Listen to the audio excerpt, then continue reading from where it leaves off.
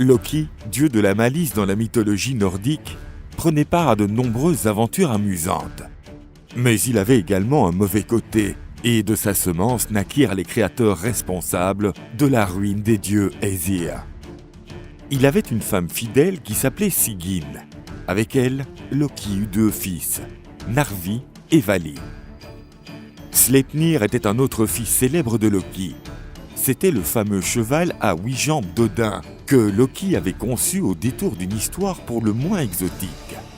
Le dieu de la malice avait également une maîtresse, Angerboa, une belle géante issue de Jotunheimr. Avec elle, Loki engendra une descendance menaçante. Une nuit, Odin, qui régnait sur Asgard, eut une vision. Le dieu y vit un grand combat entre les Asgardiens et les forces de l'ombre. Les fils de Loki joueraient un rôle important dans ce conflit. Sa vision se termina sur les mâchoires d'un loup énorme. Ensuite, son champ de vision fut totalement obscurci. Odin força alors Loki à lui révéler où étaient les enfants qu'il avait eus avec la géante.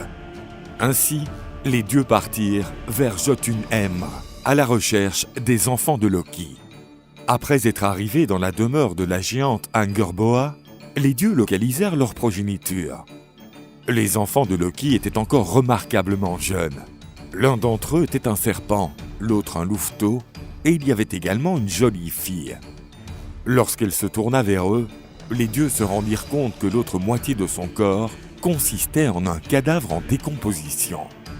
Cette fille s'appelait Hel, et il s'agissait d'une créature repoussante.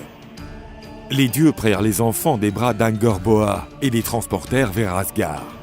Le voyage pour Asgard prit un certain temps, et Odin remarqua que la taille du serpent avait doublé. Ce qui était auparavant un serpent ordinaire atteignait déjà la taille d'un python. Odin se rendit compte que le serpent n'arrêtait pas de grandir et qu'il deviendrait extrêmement dangereux. Il jeta donc le serpent dans la mer étendue qui entourait Midgard. Les années passèrent et le serpent devint si grand qu'un jour, il trouva sa propre queue après avoir entouré le monde. La progéniture de Loki devint connue sous le nom de Jormungandr. À Asgard, elle n'était appréciée par aucun dieu. Certains en avaient peur. Odin, remarquant que la jeune fille préférait se rapporter aux morts plutôt qu'aux vivants, la désigna comme maîtresse du monde des morts. Elle commença à régner sur les âmes de ceux qui avaient connu une mort indigne et n'avaient pas atteint la Valhalla.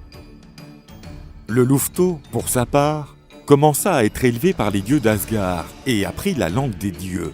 Il s'appelait Fenrir. Le dieu Tyr commença à se rapprocher du loup et devint ami avec lui. Tout comme sa sœur serpent, le petit loup continuait à grandir. Il devint très vite plus grand qu'un taureau, et il ne fallut pas longtemps avant qu'il devienne plus grand que n'importe quel autre animal sur Terre. Fenrir hérita des traits de caractère les plus flatteurs de Loki, son père, notamment sa méchanceté et sa cruauté. Après en avoir discuté, les dieux s'en rendirent compte qu'il fallait faire quelque chose. Un loup de cette taille pourrait uniquement être une menace pour les habitants d'Asgard. Les dieux décidèrent ainsi de créer un plan pour neutraliser le danger.